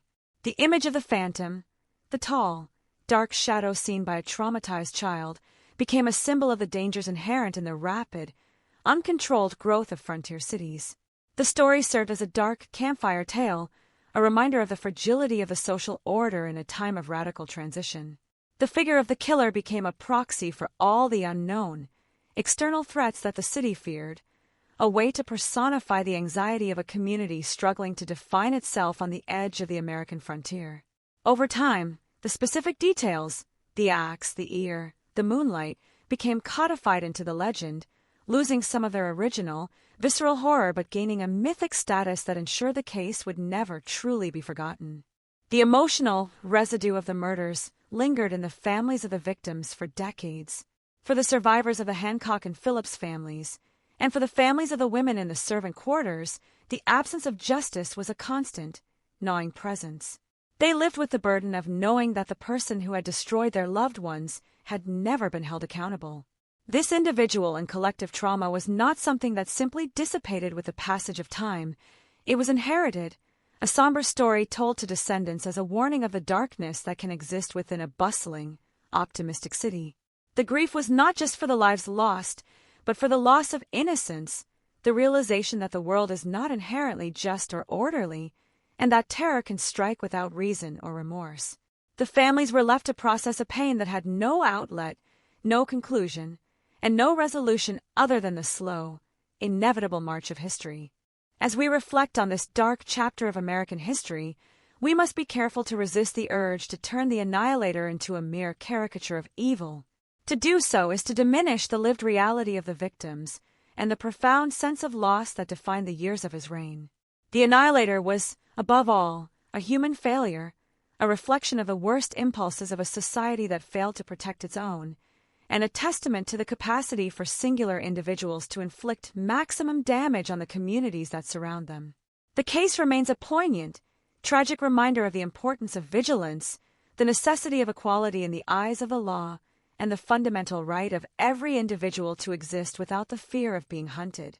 The shadow of the axe still hangs over the history of Austin, not as a threat, but as a challenge to continue the work of creating a society that is not only illuminated by the light of progress, but also grounded in the strength of its own morality. Ultimately, the annihilator of Austin disappeared into the void of history, leaving behind a mystery that will likely remain unsolved for eternity. Whether he was a transient laborer, a disgruntled employee, or a disturbed individual lurking in plain sight, his identity is less important than the impact of his actions. He was a force of destruction that exposed the fragile foundations of a city in the midst of its own making. The questions he raised remain as relevant today as they were in the 1880s. How do we protect the vulnerable? How do we identify the threats that hide within our own shadows? How do we build a justice system that is resilient enough to hold the most elusive of monsters accountable? The story of the servant girl annihilator is not merely a chronicle of murder. It is a mirror reflecting the inherent tensions of human society, the conflict between progress and fear, and the struggle to maintain a sense of order in a world that is often far darker than we are willing to admit. The memory of those who were lost serves as a perpetual call to recognize, to empathize, and to protect, ensuring that the lessons of that long, blood-soaked year are not lost to the passage of time. The moonlight towers still loom over the city, now historic landmarks rather than modern innovations, casting their light upon a modern, vibrant, and diverse Austin. Yet, in the quietest hours of the night, when the hum of the city fades, one cannot help but imagine the phantom still moving through the long, sharp shadows, a reminder that the darkness is never truly conquered, only held at bay by the collective conscience of those who choose to remember. The enduring legacy of the Austin servant girl annihilator lies not in the capture of a perpetrator, but in the profound metamorphosis of the city's identity and the lasting scar carved into the American consciousness. To look back at the events of 1884 and 85 is to peer into a crucible where the aspirations of a modernizing frontier town clashed violently with the primordial impulses of an unknown killer. Austin was, at the time, a microcosm of the larger American experience, grappling with the tensions of rapid urbanization, social stratification, and the desperate, often blind faith in the capacity of technology to rectify the human condition. The moonlight towers, while physically enduring, serve as a testament to this misplaced optimism. They were intended to be beacons of civility, yet they unintentionally mapped the contours of a predator's domain. The story of the Annihilator has transcended its origins as a series of local tragedies to become a foundational piece of American true crime mythology, representing the moment when the public began to perceive the terrifying possibility of an untraceable, indiscriminate threat moving freely through their streets. This perception fundamentally altered the relationship between the individual and the state, between the private sanctuary of the home and the public space of a city, and between the wealthy elite and the marginalized populations who serve them. The narrative of the Annihilator acts as a lens through which we can analyze the evolution of societal empathy and the slow, often agonizing trajectory of civil rights. At the time of the murders, the initial indifference toward the deaths of black women in the servant quarters was not merely a failure of police procedure. It was a reflection of a systemic devaluation of human life based on race and class. That the investigation only gained momentum when the violence breached the sanctity of white, wealthy households is a harrowing indictment of the era's ethical landscape. It serves as a stark reminder of the historical reality that security, justice, and the attention of a state have frequently been distributed unevenly, contingent upon social standing rather than the inherent right to protection. As we revisit these crimes today, we do so with an awareness that the Annihilator was not just a killer of bodies, but a catalyst for a painful, necessary confrontation with the inequalities that had been allowed to fester beneath the surface of the city. The memory of Molly, Eliza, Irene, Mary, Gracie, and Orange demands that we acknowledge how their deaths were treated by the society they inhabited, and it challenges us to consider whether our modern structures have truly moved beyond the biases that allowed their killer to operate for so long. Beyond the sociological implications, the case remains an intellectual puzzle that continues to baffle criminologists and historians alike. The lack of a definitive identification of the Annihilator provides a canvas upon which every generation has projected its own anxieties and theories. Whether one subscribes to the hypothesis of a transient drifter, a local resident living in plain sight, or the international traveler who allegedly fled to London to initiate the Whitechapel horrors, the mystery serves as an exercise in the limitations of human knowledge. The Annihilator was an entity that existed in the cracks of the record, a master of silence and subversion who understood that the most effective way to evade capture was to remain incomprehensible to those attempting to track him. He was a pioneer of a terrifying new mode of criminality, one that prioritized the psychological impact of the violence and the performative nature of the killing over any material gain. By creating a signature that was as bizarre as it was consistent, he sought to establish a legacy that would outlive the act itself, ensuring that his name would be feared long after he had disappeared into the anonymity of the past. The study of this case also highlights the dramatic transformation of forensic science from its infancy to its current state of precision. We are separated from the investigators of 1885 by an ocean of technological advancement. Where they had only hearsay, physical description, and the intuition of detectives operating in a fog of bias, we now possess the means to extract the secrets from the very air of a crime scene. We have the capability to analyze trace biological material, to reconstruct behavioral patterns through rigorous statistical modeling, and to coordinate information across vast digital networks. Yet, despite these tools, the Austin case persists as a humbling reminder of the limits of science when the historical trail has gone cold. The Annihilator successfully defeated the legal and investigative frameworks of his time, and in doing so, he achieved a form of immortality, a permanent resident in the pantheon of history's most elusive predators. The silence of the archive is a constant reminder that for all our progress, some truths are destined to remain forever beyond the threshold of our discovery. As we conclude this examination, we must return to the emotional core of the tragedy, the human lives that were silenced. The Annihilator may have sought to create a myth for himself, but his true legacy is the grief that rippled outward from each cabin and mansion, touching countless lives and altering the course of many families. The pain of the survivors, the fear of the residents, and the lingering, unanswered questions are the true substance of this history. We owe it to the victims to look beyond the sensationalism of the servant girl moniker and to see them as individuals with hopes, dreams, and a rightful place in the world that was stolen from them. They were more than just the first victims of a serial killer. They were members of a community, mothers, daughters, and laborers whose existence mattered then, and whose memory should be preserved now with respect and dignity. By recounting their stories, We refuse to let the darkness that the Annihilator cultivated completely obscure their identity. We keep their names alive in a world that once sought to render them invisible. The final reflection on the Austen servant girl Annihilator is perhaps best captured by the realization that he was the mirror of his own time. He was an expression of the hidden anxieties, the unresolved traumas, and the deep-seated divisions of a city rushing toward a future it did not fully understand. In the quiet, cold nights of a Texas winter, he was the embodiment of the darkness that refused to be dispelled, no matter how many towers were erected or how many lamps were lit. He represents the ever-present danger of the unexamined, the peril of the societal blind spot, and the fragility of the peace we take for granted. As we look at the Austen of the present day, we see a city that has flourished, built on the foundations of its own difficult history. The Annihilator is long gone, a phantom dissolved by the relentless forward movement of time, yet the echoes of his violence continue to shape the way we view the night, the way we treat the vulnerable, and the way we understand the nature of the monsters that can walk among us. We are left with the silence, the historical record, and the enduring obligation to ensure that the darkness he represented does not find a new home in our own time. The story of the Annihilator is a story of a city that survived its own nightmare, a community that had to learn to live with the knowledge of what the human spirit is capable of at its absolute worst. It is a chronicle of a year of blood, a season of fear, and a lifetime of searching for a truth that the shadows refuse to yield. And in the final analysis, perhaps the true resolution is not to solve the mystery, but to understand the lessons it left behind, to remain vigilant, to remain compassionate, and to never forget that the light we cast is only as strong as our willingness to look into the darkness and confront what we find there.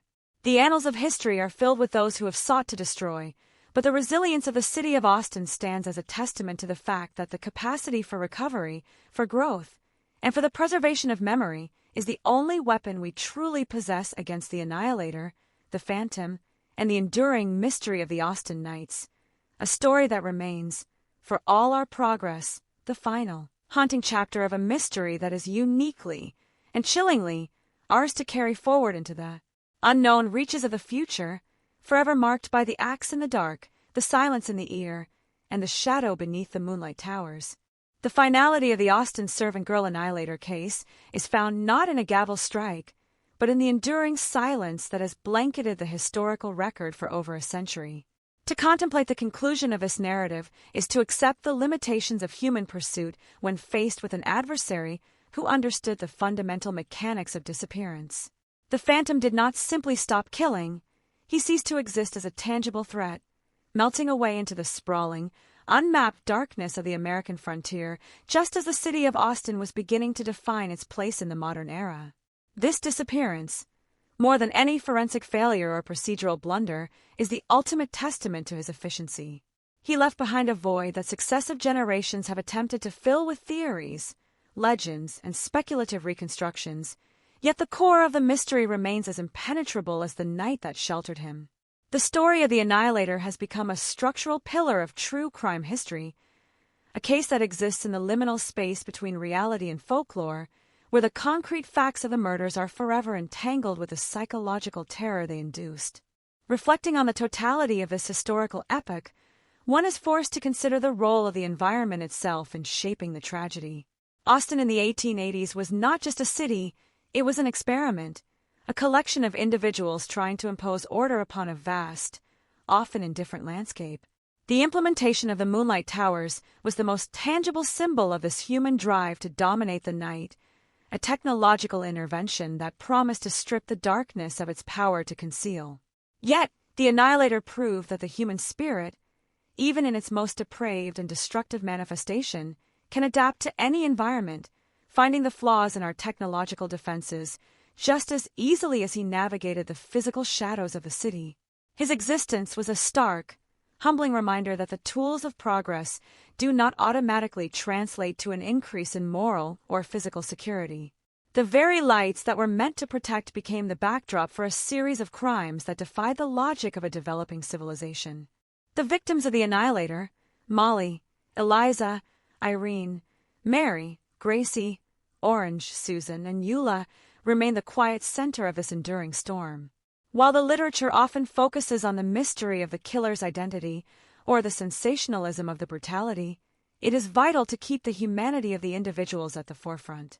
They were women and men who had their own hopes, their own struggles, and their own place within the community of Austin. Their deaths were not merely data points in a criminal investigation. They were profound ruptures in the social fabric of the city. To speak of them only in terms of the violence they suffered is to risk repeating the error of the era, which saw them as categories of victims rather than as distinct human beings. The memory of their loss serves as a permanent, albeit painful, anchor for the city, a reminder of the fragility of life and the inherent dignity of every person who walked those streets, regardless of their status or their circumstances. They are the ones who bear the true weight of the Annihilator's legacy, and it is in their honor that the history of this case must continue to be handled with gravity and respect. As the years transformed into decades, and the decades into a century, the Austin case morphed from a current event into a piece of historical architecture. The archives that house the reports and the records of the investigation are now fragile, yellow documents that provide only the faintest impression of the chaos they once chronicled. For the modern researcher, the case serves as a point of departure, a foundational study in the limitations of early investigative practice. It is a reminder that the history of crime is also a history of the tools, biases, and structures that we use to confront it. The Annihilator's ability to remain unidentified is not just a failure of the police, but a feature of the society he hunted, which was itself in a state of rapid, often disorienting, transition. He was a creature of a specific time and place, thriving in the confusion of a society that had not yet developed the mechanisms to track a predator who operated without a visible motive or a clear pattern of human connection. The mystery of his identity has become a sort of Rorschach test for those who study the case. Those with a focus on historical migration look to the transient laborers and the international arrivals, seeing a man like Malay Maurice as the most probable culprit. Those who focus on the psychology of the perpetrator look to the internal motivations, the drive for control, and the performative nature of the mutilations, seeing the Annihilator as an archetype of the classic serial predator who was simply born too early to be recognized. There is no right answer, only a collection of probabilities that fail to coalesce into a certainty. This uncertainty is perhaps the most defining characteristic of the entire case. It ensures that the story never truly ends, but continues to circulate, sparking debate, investigation, and reflection. The Annihilator remains a ghost in the machine of history, a reminder that the truth is not always preserved in the record, but sometimes escapes into the silence that exists between the lines of the documents we have inherited. The resilience of Austin in the face of such deep, existential terror is, in many ways, the most important conclusion of this entire sequence. A city that had been held hostage by a phantom did not collapse, did not turn upon itself, and did not lose its identity.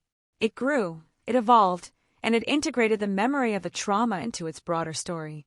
The Austin of today is a testament to the fact that societies possess an immense capacity for recovery, for the synthesis of the past with the promise of the future. The memory of the Annihilator exists as a cautionary tale, a dark star in the city's sky that provides a context for the vibrancy and the progress of the present. We are shaped by our histories, even the darkest parts of them, and the ability of a community to carry the burden of its past without being consumed by it is a form of quiet, enduring strength. The story of the Annihilator will always be a part of the city, a haunting presence in the quiet moments of the night, but it is not the totality of what Austin is or what it has become. In the end, we are left with the silence that the Annihilator sought, a silence that he achieved in the final act of his disappearance. He was the master of the void, the one who walked away from the scene of the crime and vanished, leaving the world to wonder who he was and why he did what he did. Perhaps the truest thing we can say about him is that he was a man who understood the nature of secrets, and he succeeded in taking his secret to the grave. We cannot know him, we cannot judge him through the lens of a verdict, and we cannot find the solace of a resolution. We can only look back at the trail of blood and the long, sharp shadows cast by the moonlight towers, and acknowledge that the mystery itself is the final chapter of the saga. It is a story that defies the impulse for an ending, a story that lingers in the consciousness like a cold wind through the streets of an empty city. We carry the memory forward, not as a celebration of the crime, but as an act of remembrance for those who were lost, and as a solemn acknowledgement of the darkness that can exist within the human heart. The Annihilator remains an enigma, a phantom, a whisper in the wind, a shadow that once walked among the living, and now resides only in the fragmented pages of a history that refuses to be forgotten, forever marked by the terror he wrought, the silence he left behind, and the mystery that persists, long after the last moonlight tower has dimmed its light, leaving only the endless, indifferent reach of the night to guard the secret of the man who tore a city apart and then slipped silently into the eternal, unreachable darkness of the past. The study of the Austin servant girl annihilator case ultimately concludes not with a resolution, but with an invitation to reflect on the nature of history itself, specifically how we choose to remember the darkest moments of our collective past. As we draw this exhaustive examination to a close, it becomes evident that the Annihilator was more than a mere criminal. He was an agent of disruption who forced a rapidly developing city to confront its most uncomfortable truths. The story of those blood-soaked months in 1884 and 1885 serves as a critical juncture in the maturation of the American urban experience.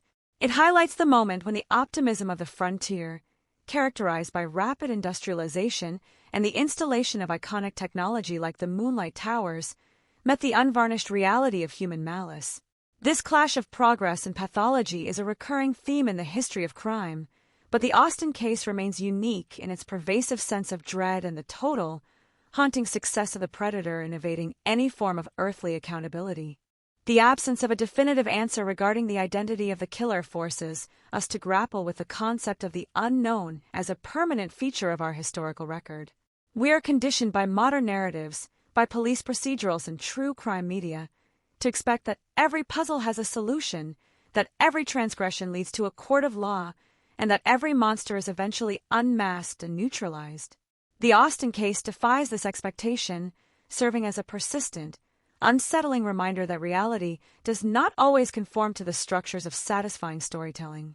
The Annihilator was, and remains, an ontological vacuum, a force that existed solely to destroy and then ceased to exist as soon as his appetite was satiated. This challenges our inherent desire for symmetry in history, forcing us to accept that some secrets are not stolen but are instead surrendered by the passage of time to the irrevocable custody of the past. The frustration that modern researchers feel when investigating these events is the same frustration felt by the detectives of the late 19th century. It is a shared experience of being outmaneuvered by an adversary who understood the fundamental power of silence. Moreover, the enduring legacy of the victims must be held in careful tension with the mystery of the predator. By focusing on the Annihilator, we risk obscuring the reality that the true tragedy of these events was the cessation of 8 lives, each with its own complexity, social ties, and inherent value. The fact that the initial victims were marginalized women whose stories were rarely recorded in the formal histories of their time makes the work of modern historians even more vital. We must intentionally seek to amplify the humanity of those who were silenced, ensuring that their names are not merely footnotes in a chronicle of horror, but are recognized as individuals who deserve the safety and dignity that their city failed to provide. This perspective shift is the most profound way to honor their memory. It is a commitment to ensuring that even in the face of an atrocity that seeks to render its targets anonymous and forgotten, we uphold the truth of their existence and the reality of their loss. The Annihilator's victory was to strip them of their future, but our shared task is to preserve their past, ensuring that they remain central to the narrative of what Austin was and what it learned to be. The sociological lessons gleaned from the case are perhaps the most actionable components of this long, retrospective journey. We have seen how the architecture of the city, the division between the grand mansions and the peripheral cabins, was weaponized by the killer to maintain his anonymity. We have seen how the institutional biases of the police department and the judicial system function to protect the status quo at the expense of justice for the marginalized. These are not merely historical artifacts.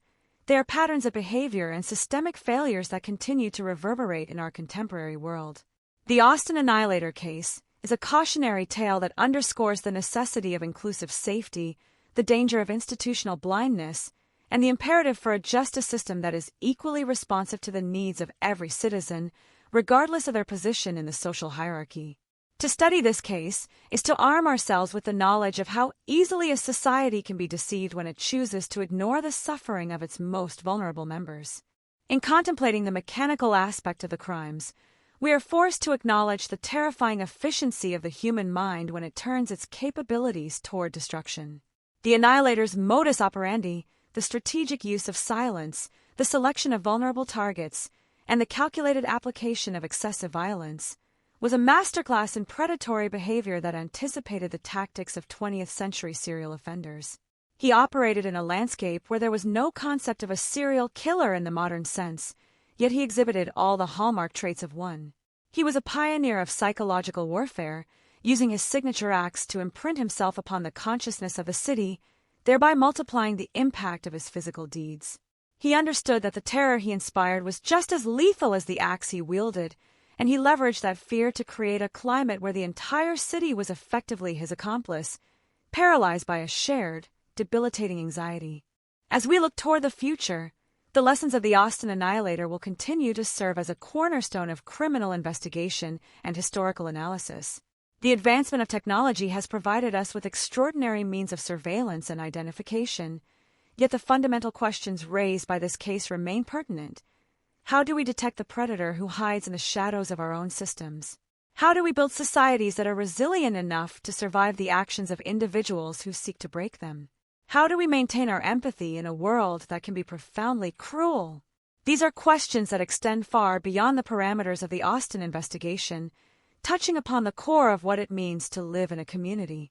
The story of the Annihilator will always have a place in our discourse because it is a story that refuses to be resolved, forever compelling us to look closer, think harder, and remain vigilant against the return of that same cold darkness.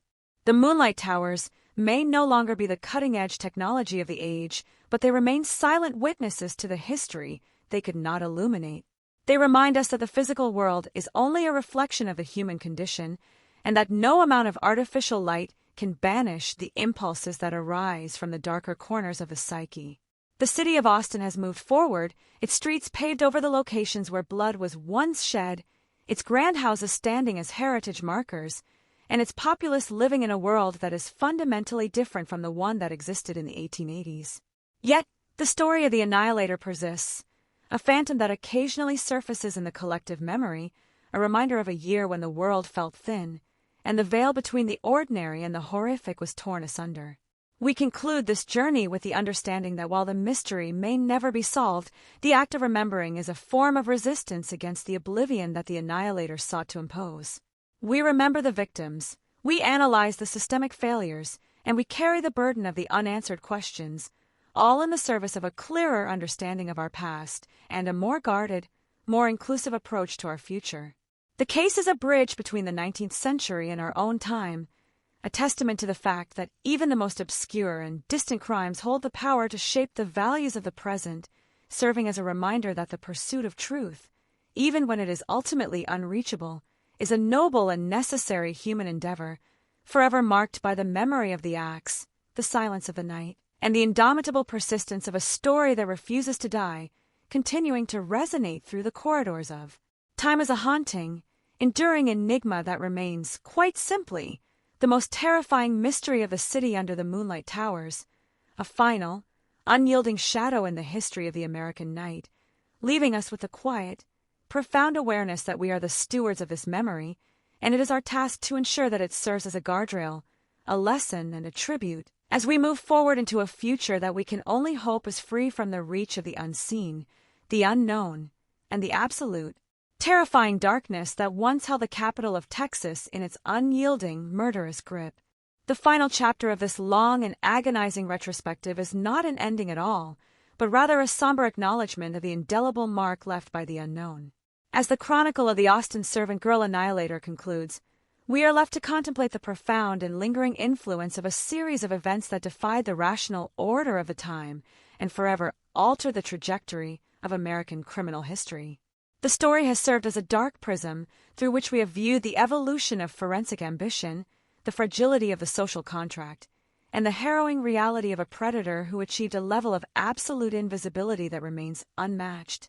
Throughout this exhaustive exploration, we have traced the steps of an adversary who operated with a terrifying mastery over both the physical space of the city and the psychological defenses of its residents. He was an entity that exploited the most fundamental flaws in the structure of the society he hunted, turning the very infrastructure of progress against the people it was meant to empower. As we look back, the figure of the Annihilator emerges, not as a mere historical curiosity, but as a recurring ghost, a reminder of the darkness that persists in the periphery of our vision, regardless of how brightly we attempt to illuminate our world. The persistence of the mystery, the fact that the killer's name remains a blank space in the annals of justice, is the ultimate victory for an individual whose primary goal was the erasure of his victims and the total obscuration of his own identity. He succeeded in stripping away the agency of those he murdered, yet he failed to destroy the resilience of the community that, despite its initial paralysis and institutional failures, ultimately grew beyond the terror he inflicted. The city of Austin survived not by catching the monster, but by enduring him, by processing the trauma of his existence into a coherent historical narrative that now serves as a guardrail against the complacency of the present. This recovery was neither swift nor complete. It was a slow, deliberate reconstruction of civic identity, heavily burdened by the ghosts of the past but sustained by the collective determination to define a future that was not dictated by the fear of the axe. The victims, whose lives were extinguished in the cold, dark hours of that blood-soaked year, serve as the permanent moral center of our recollection. To remember them is to defy the Annihilator's objective, which was to treat them as anonymous objects of his own depravity. We have restored their names, their humanity, and their significance to the narrative, ensuring that they are not mere casualties of a historical case study, but are recognized as fellow human beings whose presence was vital to the community. This act of remembrance is the most potent response to the crimes of the 19th century. It is an affirmation of the values that the killer sought to violate and a testament to the fact that the memory of the light is stronger than the memory of the dark. We recognize that the search for justice is often a long and arduous process, and that in the absence of a legal resolution, the burden of truth shifts to the historians, the storytellers, and the citizens who refuse to let the past fade into the obscurity of legend. The Austin Annihilator case is a profound lesson in the limitations of our defensive systems, both physical and institutional, and it teaches us that the greatest threats are often those that hide within the mundane, routine structures of our daily lives. The Annihilator was an anomaly that became a standard, a terrifying template for the serial offender that forced law enforcement and the public to evolve their understanding of what a predator could be. His shadow stretches across the years, touching every subsequent investigation into the unidentified and the elusive, a silent tutor whose horrific lessons were learned at the cost of blood and innocence. The legacy of the Moonlight Towers themselves has been transformed. No longer just symbols of a failed modernity, they stand as monuments to the complexity of our relationship with progress, illustrating the necessity of pairing technological advancement with a rigorous commitment to ethical oversight and social equity. We have learned that if we do not intentionally build safety into the framework of our society, ensuring that the marginalized are as protected as the affluent, we leave open the very doors that the predator seeks to breach. This is the enduring, practical application of the Austin tragedy, a call to vigilance, to inclusivity, and to the unwavering defense of the most vulnerable among us.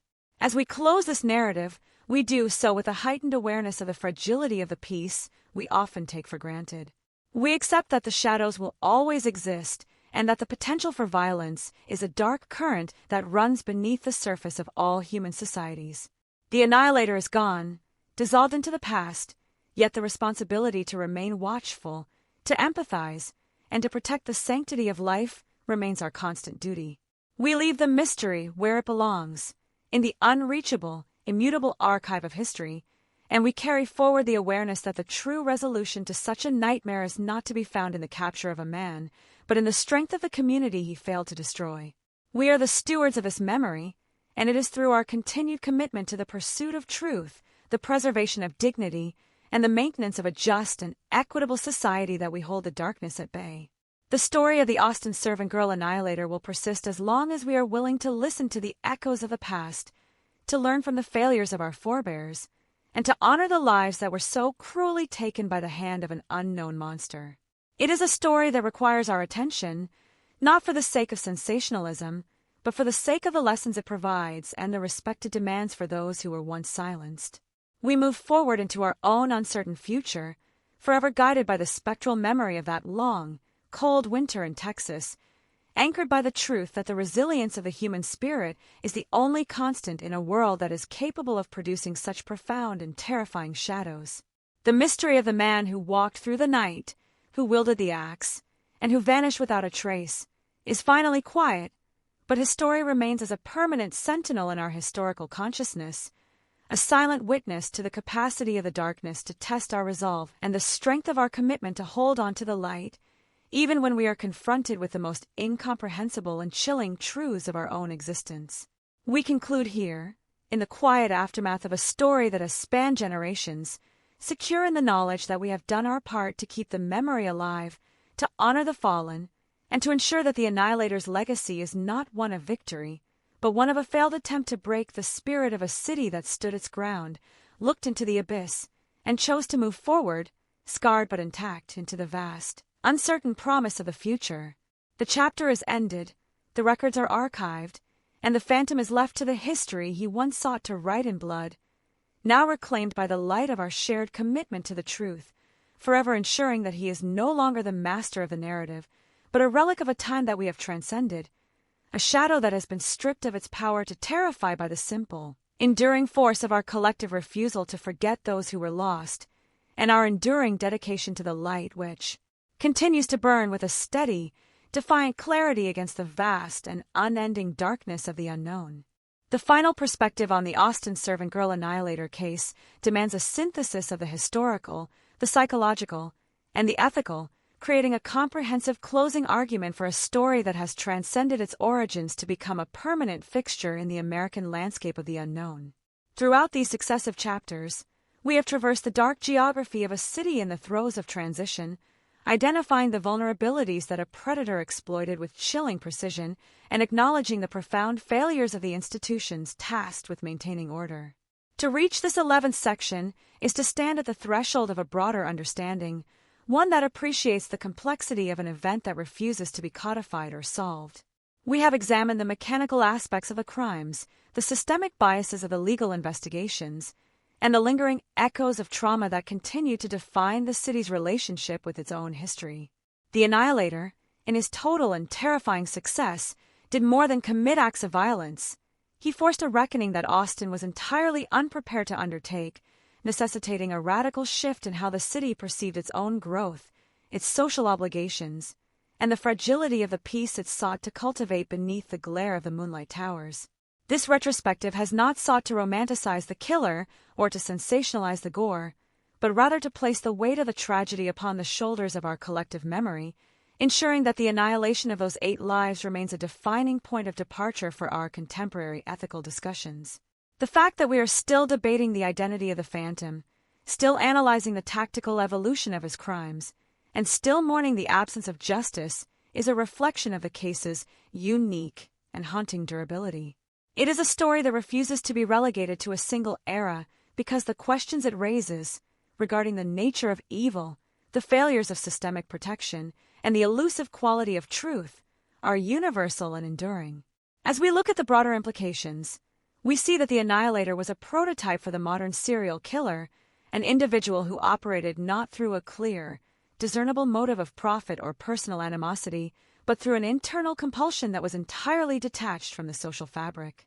By treating his victims as mere instruments for his own performance, he anticipated the most disturbing trends in criminal pathology, creating a blueprint of terror that would be analyzed and discussed for well over a century.